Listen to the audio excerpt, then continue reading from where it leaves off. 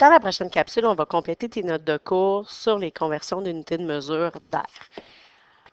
Premièrement, tu sais qu'il faut toujours que tu connaisses l'ordre. Donc, kilomètre carré, hectomètre carré, décamètre carré, mètre carré, décimètre carré, centimètre carré et millimètre carré. On a vu dans la dernière capsule que pour passer d'une unité de mesure à une autre, par exemple des mètres carrés vers les décimètres carrés, c'est toujours fois 100. Donc, si je veux passer d'un décimètre carré à un centimètre carré, ça va être aussi fois 100. Et si je voulais faire l'inverse, donc de passer d'une plus petite position vers une plus grande, par exemple des millimètres carrés vers les centimètres carrés, je devrais faire l'opération contraire, donc diviser par 100. Et je vais aller vers centimètres carrés vers décimètres carrés, ce sera aussi divisé par 100. Le truc pour le retenir, ce qui peut peut-être t'aider, quand on a un petit décimètre carré, centimètre carré, donc un exposant 2, bien, dans le nombre qu'on doit multiplier, il y a deux zéros. L'autre chose, c'est ce que je vais toujours te conseiller quand on va utiliser le tableau, ça va être de séparer tes colonnes. Donc, de séparer tes colonnes en utilisant les pointillés. Moi, je vais mettre une couleur pour t'aider aujourd'hui, mais tu ne serais pas obligé de mettre une couleur. Ce que je te conseille, c'est vraiment de mettre des pointillés. Donc, séparer chacune de tes colonnes en deux. Pour que tu réalises que quand on multiplie, tantôt quand on a fait dans l'autre vidéo, 1 mètre carré en décimètre carré, bien, 1 fois 100, ça donnait 100. Donc, 1 mètre carré, c'est la même chose que 100 décimètres carrés. Mais si je viens pour placer mes chiffres dans mes colonnes, ça va me prendre 2 chiffres par colonne. Donc, encore un petit peu le même lien. Dans décimètre carré, il y a un exposant 2, donc 2 chiffres par colonne, parce que je multiplie par 100. Si je veux faire un peu avec la même stratégie que le dernier cours, quand on a fait les transformations d'unités de mesure de périmètre, je te disais combien j'ai de... Je te demandais, par exemple, combien j'ai de mètres complets. Ici, je vais te demander, j'ai combien de mètres carrés complets. Ici, j'en ai 13. Puis, je vais prendre les deux. Je ne vais pas prendre juste l'unité, je vais prendre l'unité et la dizaine parce que j'ai 2 chiffres par colonne que je suis capable de placer.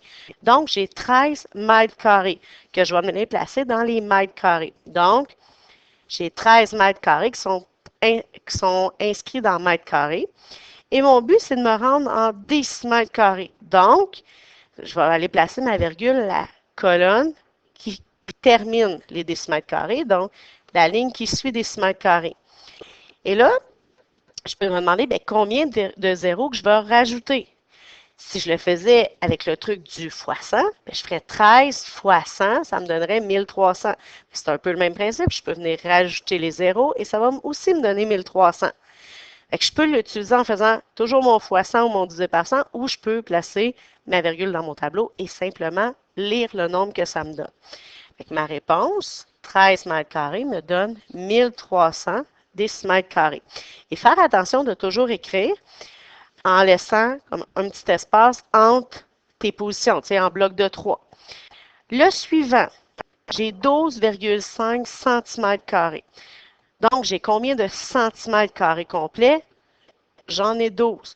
Fait que l'unité, la dizaine de mon centimètre carré, va aller dans les centimètres carrés. Et là, le 5, il suivait la virgule. Donc, je vais aller le placer dans millimètres carrés. Et moi, je veux des décimètres carrés. Fait que ma virgule va aller sur la ligne qui suit décimètres carrés. Et si je veux compléter, c'est comme si je faisais 12,5 divisé par 100. Ou je peux y aller, ça va me donner 0,125, ou je peux dire, bien, je complète et j'ai rien à rajouter pour me rendre à la virgule, mais en avant de la virgule, j'avais rien. Fait que ça va faire 0,125. Le suivant, j'ai combien de mètres complets? Là, on dit, j'ai 13 000 mètres carrés. Mais qu'est-ce que je vais écrire dans la colonne des mètres carrés? Je vais écrire les 2 zéros qui terminent, l'unité et la dizaine. Fait que je vais mettre les 2 zéros ici. Et là, les nombres avant vont aller dans les colonnes qui sont en avant. Donc, le 0, le 3 et le 1. Et si mon but, c'est de me rendre en hectomètres carrés. Je vais mettre ma virgule qui suit la position qu'on me demande. Donc, qui suit le hectomètre carré. Et si je lis mon nombre, ça fait 1,3. Et je ne suis pas obligée de mettre les zéros qui suivent parce qu'ils sont un peu inutiles dans la lecture. Là, je vais te demander, arrête la vidéo, essaie de faire les 3 suivants et ensuite corrige-toi. Donc, si je veux placer dans millimètres carrés 12, donc 12 vont être placés dans millimètres carrés. Dans millimètres carrés, je vais inscrire 12. Et mon but, c'est de me rendre en mètres.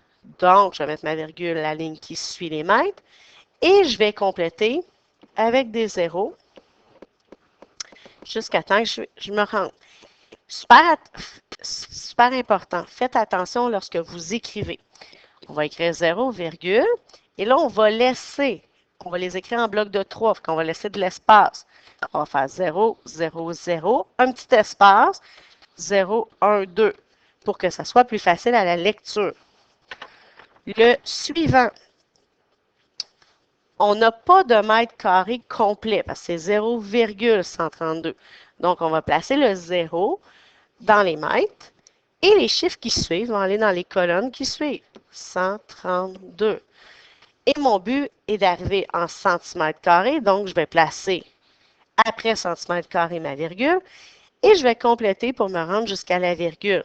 Donc, si je lis mon nombre, ça va me donner 1320 centimètres carrés. Le dernier, on a un décamètre complet. Donc, dans décamètre, je vais inscrire le 1 et le 4 va être dans la colonne qui suit. Et je vais compléter avant de compléter, je vais inscrire à l'endroit où il faut ma virgule. Ça veut dire que je veux des hectomètres. Je vais venir placer ma virgule, la ligne qui suit les hectomètres, et je vais compléter avec des zéros. Donc, je vais obtenir 0,014. On a terminé les exercices de pratique. Je vais te demander de faire les 2 exercices suivants sur la page et ensuite de corriger sur Classroom.